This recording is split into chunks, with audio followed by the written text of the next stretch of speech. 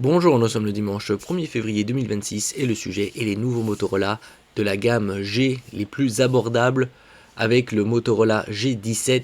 Nous verrons ici les specs et également les particularités de ces nouveaux Motorola puisque contrairement aux autres, ils n'auront pas de suivi OS, ce qui est très curieux. En plus, ils sont livrés avec Android 15.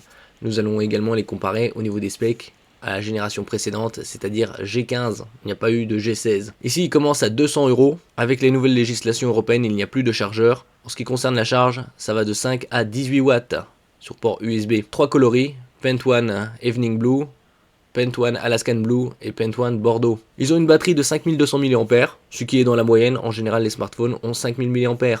N'oubliez pas de vous abonner pour plus de news sur le monde de la high-tech ainsi que les bons plans, également sur mon Twitter et en description sous toutes mes vidéos. Vous pouvez les retrouver dans mes playlists et voir mes articles sur mon blog. Tous les liens seront en description. N'oubliez pas de mettre un j'aime, un commentaire, de partager et de cliquer sur les liens en dessous de mes vidéos pour soutenir la chaîne. Nous sommes à la fin des soldes d'hiver. Il reste encore quelques jours puisqu'elle se termine mardi 3 février à 23h59. Vous pouvez les retrouver dans ma playlist Bon Plan. Côté stockage, 128 Go, ce qui est assez correct pour un smartphone entrée de gamme. Il y a également un emplacement pour carte micro SD externe jusqu'à 1 Teraoctet. Une carte de ce type là coûte environ une centaine d'euros. Côté RAM, 8 Go de RAM physique plus RAM Boost 16 pour arriver à 24, ce qui est assez étonnant. C'est un très bon point. Niveau système, c'est Android 15. C'est pas le tout le dernier, 16, et comme on le peut voir ici dans cet article, la maintenance logicielle des 4 modèles est assez décevante, surtout sur les G17 et G17 Power qui ne bénéficieront d'aucune mise à jour Android, alors même qu'ils ne sont pas livrés avec la dernière version du système d'exploitation.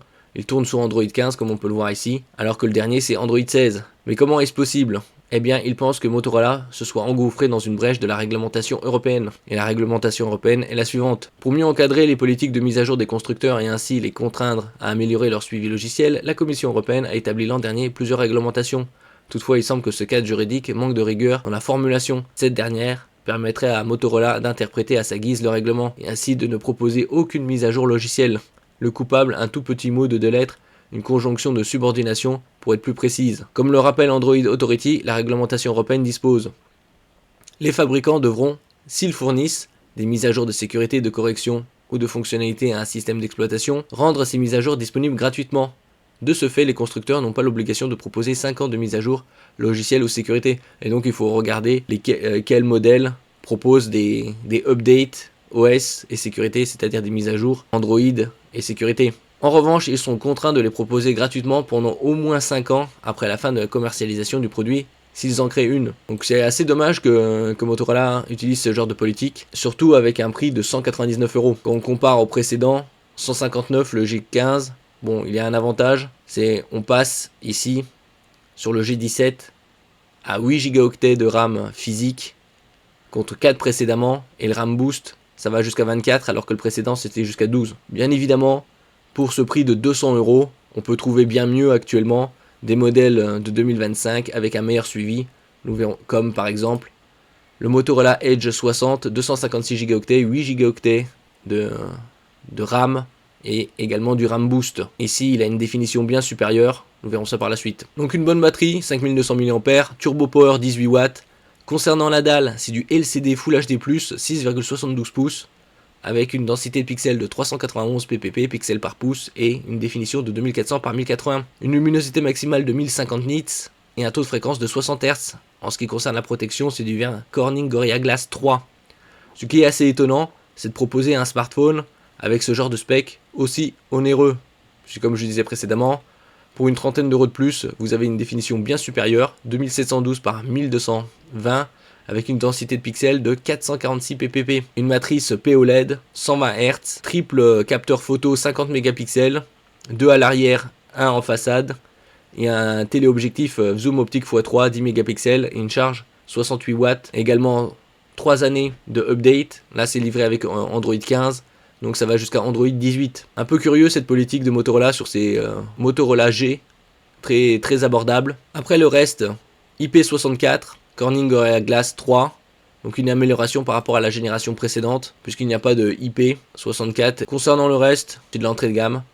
un capteur 50 mégapixels, un autre de 5 mégapixels ultra grand angle, un capteur de luminosité et de réduction de scintillement 2 en 1, le Bluetooth 5.4. Côté SIM, c'est intéressant puisqu'il y a 2 nano SIM plus une carte micro SD et le NFC. Est-ce que ces Motorola sont intéressants? Vu avec la nouvelle politique appliquée, non. Surtout avec le prix 199 €. Après, il y a bien mieux. Comme je disais précédemment, le Motorola Edge 60 pour 30 € est bien plus haut de gamme et de meilleure facture. Surtout qu'il a des protections supérieures IP68, IP69 et 1000 STD810H.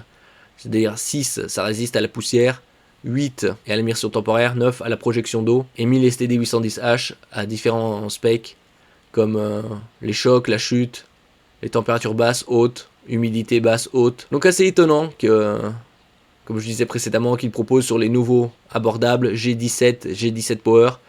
Le 17 Power propose, lui, il a 30 € de plus. Il a 2 fois plus de mémoire, c'est-à-dire il passe à 256. Une batterie de 6000 mAh contre 5200. La même quantité de RAM, 8 Go plus 16 Go de RAM boost, ce qui est un très bon point ici. Ça compense le reste. Android 15, mais sans update. Turbo 30 watts, après la batterie est plus importante. Concernant la dalle, elle est identique. La protection également. Corning Gorilla Glass. C'est principalement plus de stockage et plus de batterie. Nous verrons par la suite également les 67-77. Merci pour votre écoute et à la prochaine.